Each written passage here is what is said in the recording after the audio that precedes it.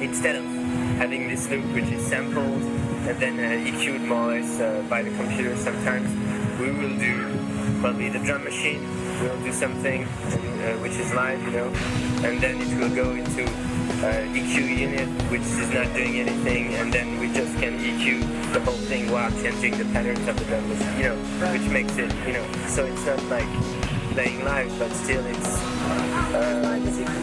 as live as we can get, maybe because also there's not a master sequencer as there is in the studio, which is like a Mac or whatever. Here you've got all the different machines that are like just synced up together more or less, and so we have to more or less, maybe not all, but like there's maybe four major sequencers that are small ones, either the drum machine one or a small Lasist one or whatever, and that makes it, we change one and the other stays, and then we change another one, and which makes it never the same, because as it's quite a feeling thing to change to the next pattern or to bring something new. It's a bit like it gives this random that there is in DJing.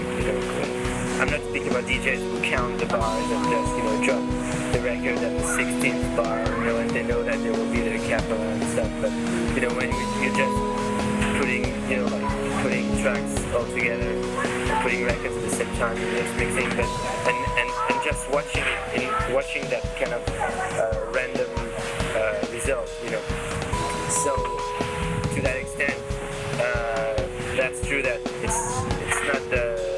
I think it's quite a live thing. It's quite risky in a way that there is not that much. There's no tape or whatever, and so the machines are not. You sometimes can't really rely on the machine. So there's always one machine who goes down just before, So.